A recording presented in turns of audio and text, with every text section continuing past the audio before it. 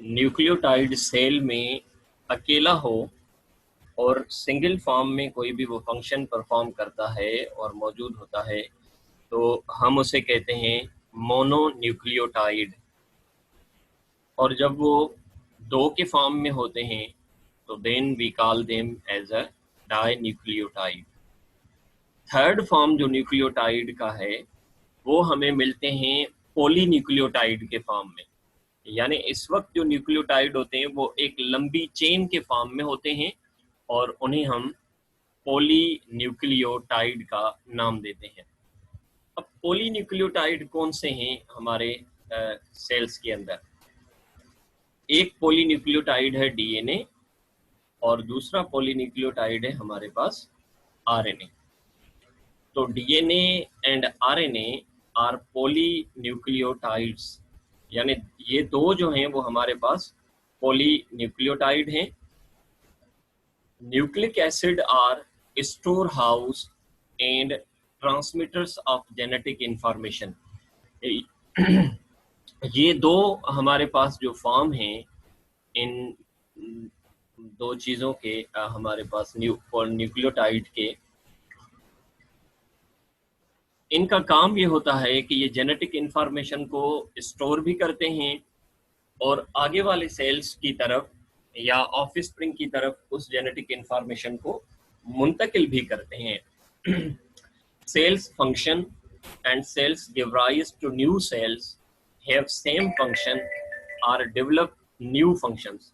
यानी हमारी बॉडी में जितने भी सेल्स फंक्शन परफॉर्म कर रहे हैं या जो भी सेल्स मुख्तलिफ फंक्शंस परफॉर्म करते हैं या उनसे कोई भी दूसरे सेल पैदा होते हैं, तो उन फंक्शंस को करवाने के लिए या नए सेल्स को पैदा करवाने के लिए जो इंफॉर्मेशन चाहिए, जो डेटा चाहिए कि किस टाइप का सेल होगा, कौन सा वो फंक्शन परफॉर्म करेगा, ये सारी चीज़ जो है वो हमें मिलती है कहाँ से?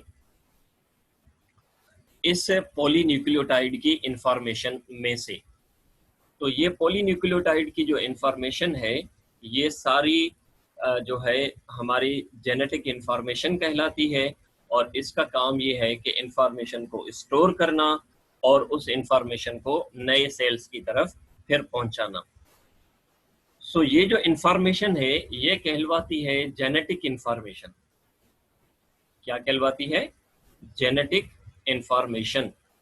और इस जेनेटिक इंफॉर्मेशन को हम नाम देते हैं कि ये जो जेनेटिक इंफॉर्मेशन है ये पाई जाती है न्यूक्लियस के अंदर। कहाँ पर? Encoded in nucleus in specific manner.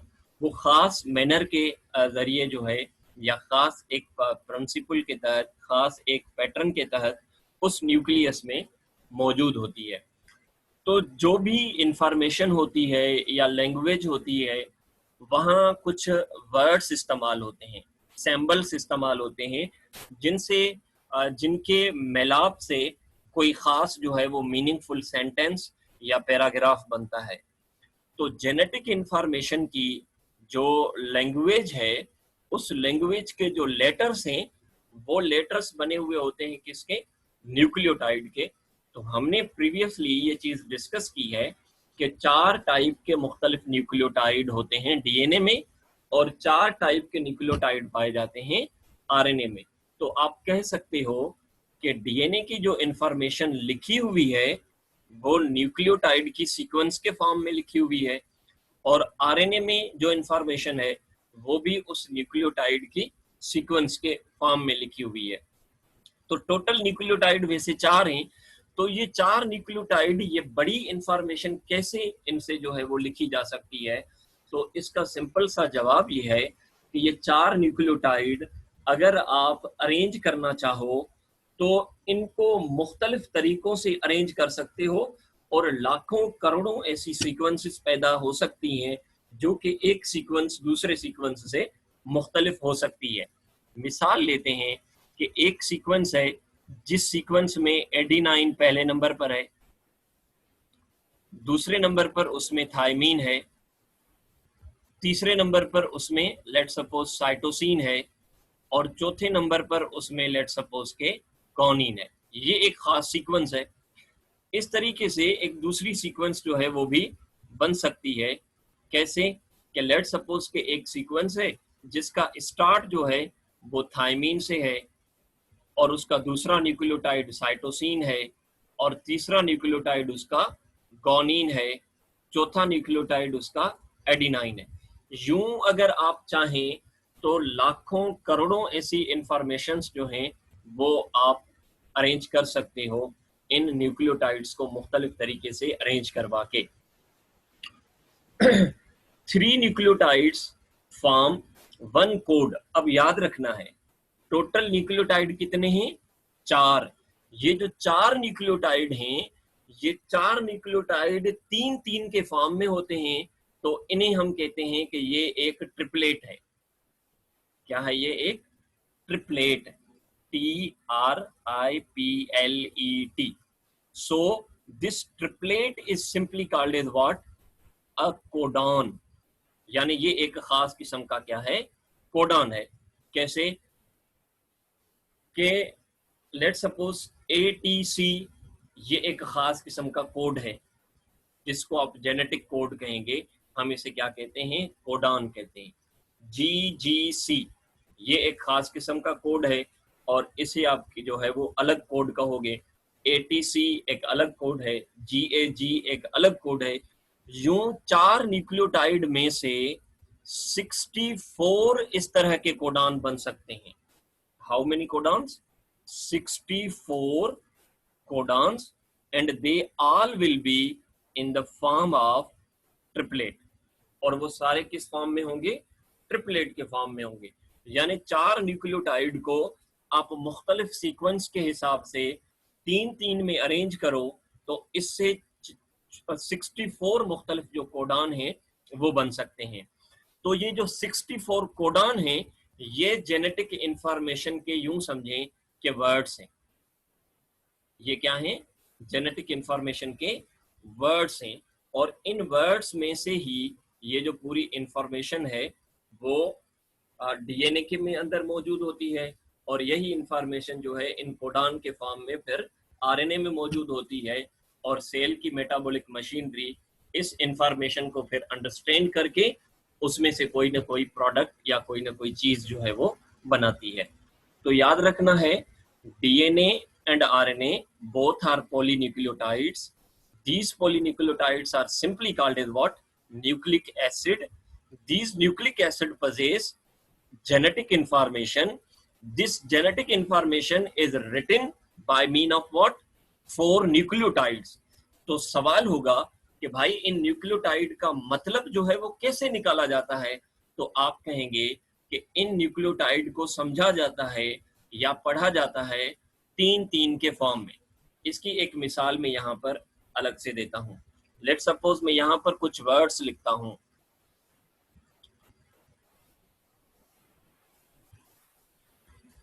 ये एक सीक्वेंस मैंने लिख दी है खास। अब अगर मैं आपसे पूछता हूं कि भाई इनका मुझे मीनिंग बताओ या ये जो है वो सेंटेंस मुझे पढ़ के बताओ, तो आप कहेंगे सर ऐसा तो कोई सेंटेंस है ही नहीं। ठीक है ना? जो RATCATBATHAT हो। फिर मैं आपको एक हिंट दे देता हूँ कि भाई आप इस इंफॉर्मेशन को या इस सेंटेंस को आप 3-3 के फॉर्म में पढ़ो, फिर आप इजीली पढ़ जाओगे। फिर आप कहेंगे सर RAT ये रेट है, CAT ये केट है, BAT ये बेट है, और HAT ये हेट है। अब हर किसी का अलग अलग फिर मतलब और मानी भी होगी।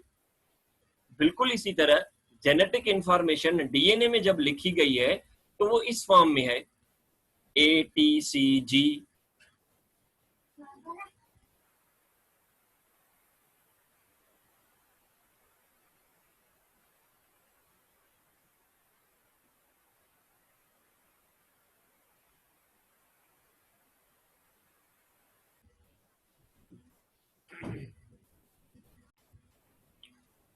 सो लेट्स सपोज कि ये एक खास सीक्वेंस है ATCG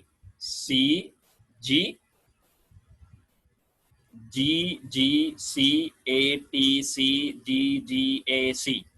अब इस इंफॉर्मेशन को कैसे पढ़ा जाएगा? जब ये इंफॉर्मेशन जेनेटिकली रीड होगी तो उस वक्त इसको पढ़ा जाएगा एटीसी, यानी ये एक अलग कोड है। This one is a separate code, यानी ये जो इंफॉर्मेशन है यहां तक ये अलग कोड है। यूं GGG ये अलग कोड है, CAT ये अलग कोड है, CGG ये अलग कोड है, ACT ये अलग कोड है। अब हर कोड का फिर अपना अपना मतलब होगा, जो कि हमारी मेटाबॉलिक मशीनरी ही उसको समझ सकती है। हम जो है ऐसे देख के इनको नहीं समझेंगे। हाँ, लेकिन आजकल हमने पढ़ के इनको समझ लिया है कि अगर इस तरह के न्यूक्लियोटाइड 3 फॉर्म में मौजूद हैं तो इसका मतलब ये होगा, GGG का मतलब ये होगा, CAT का मतलब ये होगा, CGG का मतलब ये होगा। तो अब हमें स्टडीज के जरिए से पता लगा है, लेकिन इनकी जो रीडिंग होगी वो केमिकल रीडिंग है, और वो सारा मेटाबॉलिक प्रोसेस जो है वो हमारे सेल्स के अंदर होता है। ये सेल के बाहर के जो कहें वो इंफॉर्मेशन काम की नहीं है। तो यहाँ दो चीजें हमारी क्लियर हुई, न्यूक्लियोटाइड किस फॉर्म में पाया जाता है, उस न्यूक्लियोटाइड की जो है वो कौन से 2 फॉर्म हैं, और इन न्यूक्लियोटाइड को जब 3-3 के फॉर्म में अरेंज किया जाता है तो फिर इनका मतलब क्या होता है। अब न्यूक्लियोटाइड, पॉलीन्यूक्लियोटाइड का जो पहला टाइप है वो है हमारे पास DNA, deoxy ribo nucleic acid. अब इस DNA में जो पेंटोज शुगर होती है इसके न्यूक्लियोटाइड में, वो एक ऑक्सीजन कम रखती है, इसलिए इसका नाम डीऑक्सी राइबो न्यूक्लिक एसिड है। डीऑक्सी इसके आगे जो लफ्ज हम लगा रहे हैं ना, वैसे तो दोनों न्यूक्लियोटाइड जो हैं, RNA हो या DNA हो, दोनों राइबो न्यूक्लिक एसिड हैं, पर DNA में आगे हम एक प्रीफिक्स लगा देते हैं डीऑक्सी का। तो इसका मतलब ये है कि DNA के न्यूक्लियोटाइड में जो पेंटोज शुगर है उसमें एक ऑक्सीजन कम होती है। कार्बोहाइड्रेट के जनरल फार्मूला के मुताबिक ये होनी चाहिए 5, लेकिन यहां पर ये मौजूद है 4, इसलिए इसको हम पढ़ते हैं as a deoxy. DNA has transforming ability. DNA के पास कौन सी एबिलिटी है, ट्रांसफॉर्मिंग एबिलिटी है। DNA has transforming ability.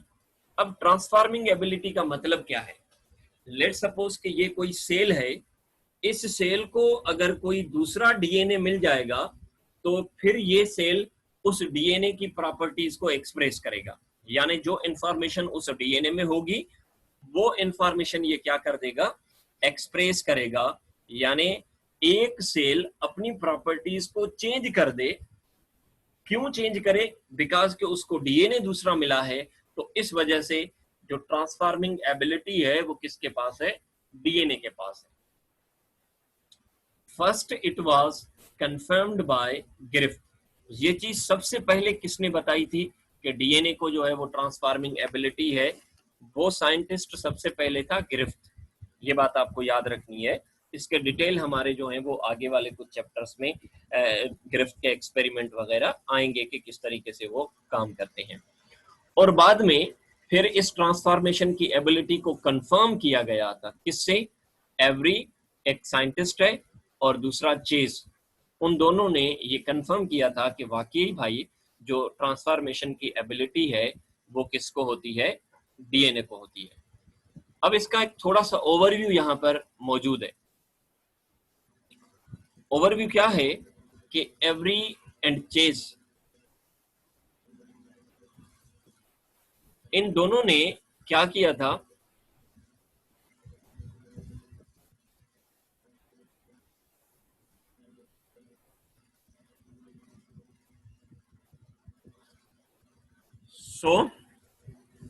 दो टाइप के इन्होंने एक्सपेरिमेंट किए।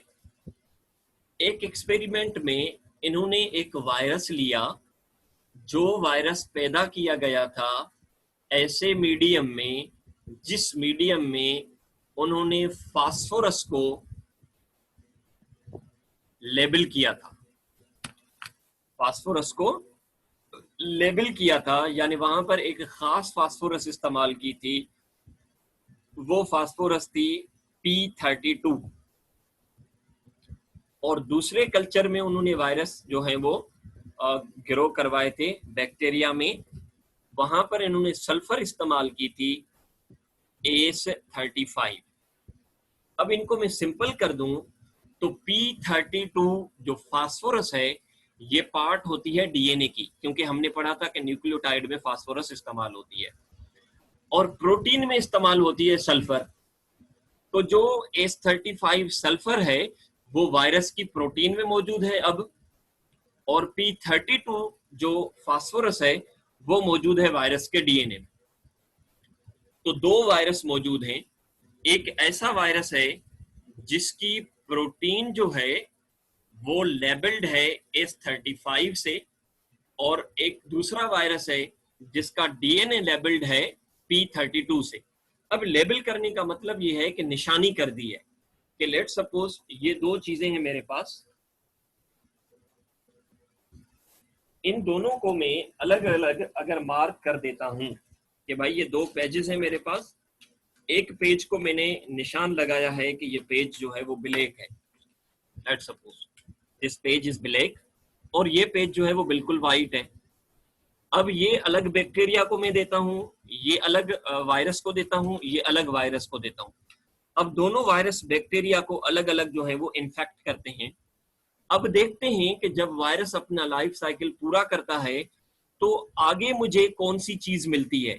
क्या ये वाली निशानी आगे मिलती है या ये खाली वाली निशानी आगे मिलती है?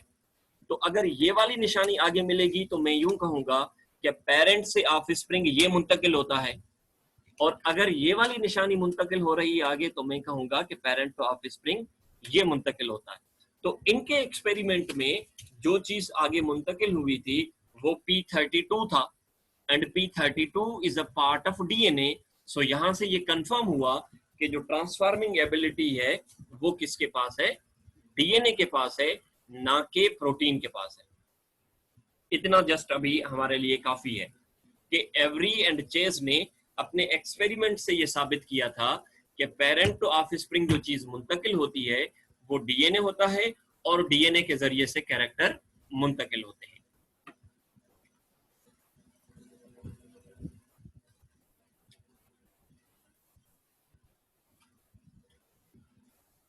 नेक्स्ट है हमारे पास पॉलीन्यूक्लियोटाइड इज स्टिल कंटिन्यू, ये टॉपिक हमारा अभी और कंटिन्यू है। तो हम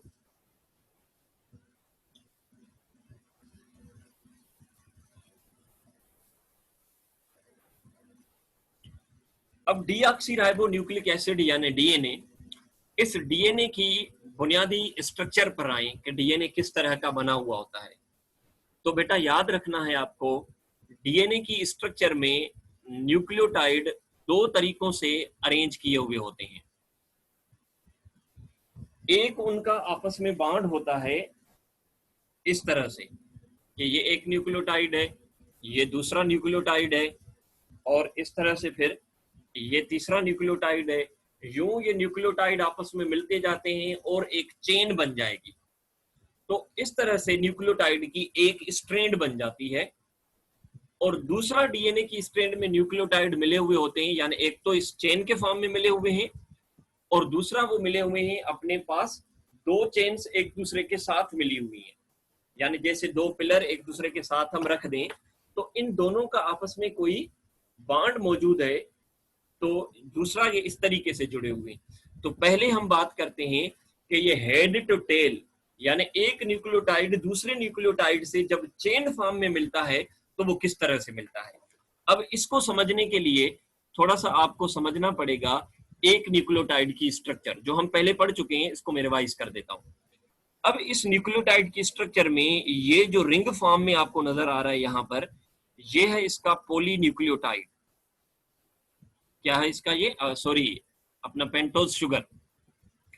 ये क्या है बेटा, इसका पेंटोज शुगर। और ये पेंटोज शुगर की कार्बन नंबर 1 है, जिस पर उसके साथ क्या लगा हुआ है, नाइट्रोजिनस बेस लगा हुआ है। तो nitrogenous base is attached on carbon number 1। फिर उसकी कार्बन नंबर 5 है और कार्बन नंबर 5 पर उसके साथ मौजूद है क्या, फास्फेट ग्रुप। तो न्यूक्लियोटाइड में 3 चीजें होती हैं, एक पेंटोज शुगर, एक नाइट्रोजिनस बेस और एक फास्फेट ग्रुप। तो पेंटोज शुगर के पहले नंबर कार्बन पर नाइट्रोजिनस बेस और 5वें नंबर कार्बन पर फास्फेट ग्रुप। बिल्कुल उसी तरह दूसरे न्यूक्लियोटाइड में भी यही चीज मौजूद है। अब जब एक न्यूक्लियोटाइड दूसरे न्यूक्लियोटाइड से मिलता है तो इनका बॉन्ड कहां पर बनता है, ये चीज समझने की है। तो ये बॉन्ड बनता है, ये कार्बन नंबर 1 है, ये कार्बन नंबर 2 है, ये कार्बन नंबर 3 है। यानी एक न्यूक्लियोटाइड की कार्बन नंबर 3 दूसरे न्यूक्लियोटाइड का कार्बन नंबर 5, एक न्यूक्लियोटाइड की कार्बन नंबर 3 दूसरे न्यूक्लियोटाइड की कार्बन नंबर 5, और उसकी कार्बन नंबर 5 पर क्या मौजूद है पहले से, फास्फेट ग्रुप। तो आप यूं कह सकते हो कि एक न्यूक्लियोटाइड के 5वें नंबर कार्बन पर जो फास्फेट ग्रुप है वो दूसरे न्यूक्लियोटाइड के 3rd नंबर कार्बन पर जो OH ग्रुप है उनके दरमियान ये बॉन्ड बनता है। यहां जब ये बॉन्ड बना तो इस तरह से रिमूव हो जाती है क्या, H2O, यानी एक जगह से OH रिमूव होगा और एक जगह से हाइड्रोजन रिमूव होगा, और यूं इस ऑक्सीजन का इस कार्बन के साथ बॉन्ड बन गया यहां पर। तो ये बॉन्ड जो है, ये बॉन्ड बना है OH ग्रुप, याद रखना है OH ग्रुप यानी हाइड्रोक्सिल ग्रुप, इसे आप अल्कोहल ग्रुप कहते हो। क्या कहते हो, अल्कोहलिक ग्रुप कहते हो। और ये जो फास्फेट ग्रुप है ये असल में फास्फोरिक एसिड है। ये क्या है, फास्फोरिक एसिड है। तो लिपिड में हमने ये पढ़ा था कि जब एसिड और अल्कोहल का आपस में बॉन्ड बने तो उस बॉन्ड को हम क्या कहते हैं, ईस्टर बॉन्ड। क्या कहते हैं बाबा, ester bond. So this ester bond is formed between 2 nucleotide. इस ईस्टर बॉन्ड को बनाने में जो इस्तेमाल हुआ है वो कौन सा ग्रुप इस्तेमाल हुआ है, फास्फेट ग्रुप इस्तेमाल हुआ है। यूं ये फास्फेट ग्रुप असल में एक बॉन्ड इस न्यूक्लियोटाइड के साथ भी इसने बनाया है और एक न्यूक्लियोटाइड के साथ इसके साथ भी बॉन्ड बनाया है। तो इसलिए इस बॉन्ड का नाम होता है फास्फो डाई ईस्टर बॉन्ड। यानी फास्फेट के जरिए से 2 ईस्टर बॉन्ड बने हैं और इन बॉन्ड के जरिए से 2 न्यूक्लियोटाइड आपस में जुड़े हुए हैं। Now I am going to recall the previous bond. Amino acid का अमाइनो एसिड के साथ जब बॉन्ड था तो वो पेप्टाइड बॉन्ड था। यूं जब कार्बोहाइड्रेट का मोनोसेकेराइड आपस में मिल रहे हैं तो वो ग्लाइकोसाइडिक बॉन्ड था। ग्लाइसरोल का जब फैटी एसिड के साथ बॉन्ड बन रहा था तो वो ईस्टर बॉन्ड था। यूं जब 2 न्यूक्लियोटाइड आपस में मिलते हैं तो ये भी ईस्टर बॉन्ड है। सिर्फ इसको अलग करने के लिए हमने यहां पर उसका स्पेसिफिक नाम लिखा है कि ये फास्फोडाइस्टर बॉन्ड है। सो ये आपके क्वेश्चन की पॉइंट है, when 2 nucleotide in the chain are joined to each other.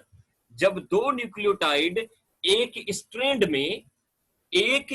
में एक दूसरे के साथ जुड़े हुए हैं तो उनका आपस में कौन सा बॉन्ड है, तो आपका जवाब होगा ये फास्फोडाइस्टर बॉन्ड है। यूं अब देखें, यानी एक न्यूक्लियोटाइड की कौन सी इंड, 3rd इंड, और दूसरे न्यूक्लियोटाइड की कौन सी इंड, 5 इंड। इसका इंड नंबर 5 और इसकी इंड नंबर 3। तो इस न्यूक्लियोटाइड की मतलब इंड नंबर 5 इधर है और इस न्यूक्लियोटाइड की इंड नंबर 3 इधर है। यूं जितनी भी चेन लंबी बन जाए तो एक न्यूक्लियोटाइड की एक इंड जो है वो 3 होगी और उसकी आखिरी न्यूक्लियोटाइड की जो एंड होगी वो 5 होगी। तो हमेशा डीएनए की जो एक स्ट्रैंड है उस स्ट्रैंड की एक साइड कौन सी होगी, 3 इंड होगी, और दूसरी इंड उसकी कौन सी होगी, 5 इंड होगी। तो यूं एक स्ट्रैंड को मैं नाम दूंगा कि जहां पर उसका 5वां नंबर कार्बन फ्री है बॉन्ड बनाने के लिए, तो मैं कहूंगा ये उसकी 5 प्राइम है।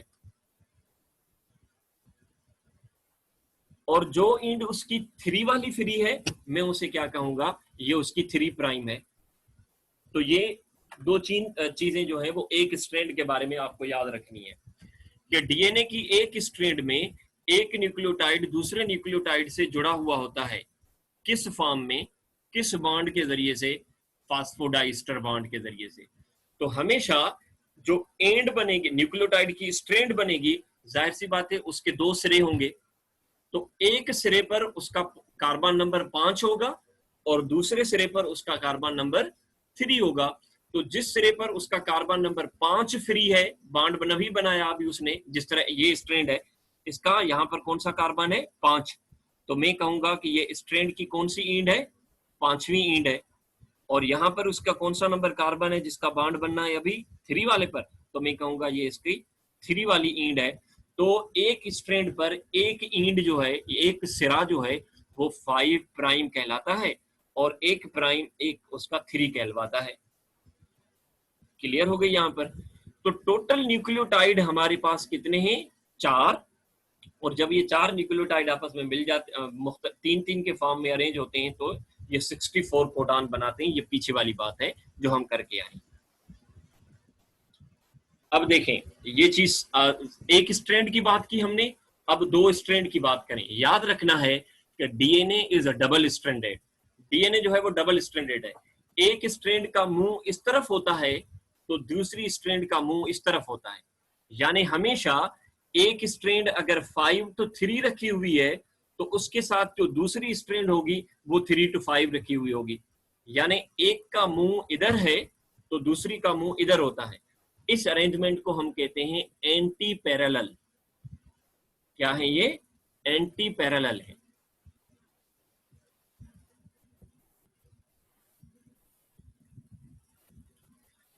So two strands are connected to each other by hydrogen bond between the bases। याद रखना है ये एक डीएनए की स्ट्रैंड है, ये दूसरी डीएनए की स्ट्रैंड है। ये इस स्ट्रैंड का नाइट्रोजिनस बेस है और ये इस स्ट्रैंड का नाइट्रोजिनस बेस है। ये इसका नाइट्रोजिनस बेस है, ये इसका नाइट्रोजिनस बेस है। यूं नाइट्रोजिनस बेसिस 2 स्ट्रैंड के जो एक दूसरे के सामने हैं उनके दरमियान जो बॉन्ड पाया जाता है वो बॉन्ड होता है हाइड्रोजन बॉन्ड। कौन सा bond, hydrogen bond. So the bond between 2 strand is hydrogen bond. और तीसरी चीज आपको याद रखनी है चरगॉफ रूल, यानी एक स्ट्रैंड पर अगर एडिनाइन वाला न्यूक्लियोटाइड है तो उसकी दूसरी स्ट्रैंड पर उसके सामने जो नाइट्रोजिनस बेस होगा वो थायमीन वाला होगा। और अगर एक स्ट्रैंड पर साइटोसिन है तो उसकी अपोजिट स्ट्रैंड पर क्या होगा, गोनिन होगा। ये याद रखना है। This is the rule always. if adenine is present on this strand, so thymine must be present on this strand opposite to the adenine। यानी एडिनाइन के सामने हमेशा थायमीन होगा, गोनिन के सामने हमेशा साइटोसिन होगा। और यूं एडिनाइन जो न्यूक्लियोटाइड है वो थायमीन के साथ 2 हाइड्रोजन बॉन्ड बनाता है और गोनिन अपने सामने वाले साइटोसिन के साथ 3 हाइड्रोजन बॉन्ड बनाता है। ये भी आपके क्वेश्चन की पॉइंट है, आपको याद रखनी है। When 2 strands are connected by means of hydrogen bond, how many hydrogen bonds are present between adenine and thymine? 2. And how many hydrogen bonds are present between 2 guanine and cytosine? 3. अब एक नई चीज यहां पर मिलती है, कौन सी, कि अगर एक स्ट्रैंड पर एडिनाइन है तो उसके अपोजिट स्ट्रैंड पर हमेशा क्या होगा, थायमीन। तो इससे ये पता लगता है कि जितने एडिनाइन होंगे उतने थायमीन होंगे, क्योंकि ये दोनों एक दूसरे के सामने होते हैं। या अगर एक स्ट्रैंड पर थायमीन है तो दूसरी स्ट्रैंड पर हमेशा क्या होगा, एडिनाइन होगा। तो इससे एक चीज ये साबित हुई कि always number of adenine is same to the number of thymine. दूसरी चीज, अगर एक स्ट्रैंड पर गोनिन है तो उसकी अपोजिट स्ट्रैंड पर क्या होगा, साइटोसिन। यूं अगर एक स्ट्रैंड पर साइटोसिन है तो उसकी अपोजिट स्ट्रैंड पर क्या होगा, गोनिन। तो जितना नंबर साइटोसिन का होगा उतना नंबर गोनिन का होगा। यहां मैं आपसे एक सवाल पूछता हूं, मैं मुझे जो है वो चैट में आप जवाब देंगे। लेट सपोज कि एक डीएनए है, जिस डीएनए में टोटल न्यूक्लियोटाइड जो हैं वो 100 हैं। टोटल न्यूक्लियोटाइड कितने हैं? 100 हैं। और उनमें गानीन का जो नंबर है, गानीन वाले न्यूक्लियोटाइड का जो नंबर है वो 30 है। तो आप मुझे बताएं उसमें एडिनाइन कितने होंगे, साइटोसिन वाले कितने होंगे और थायमीन वाले कितने होंगे? हरियप शाबाश। और इधर मुझे मैसेज में जवाब दें चैट में।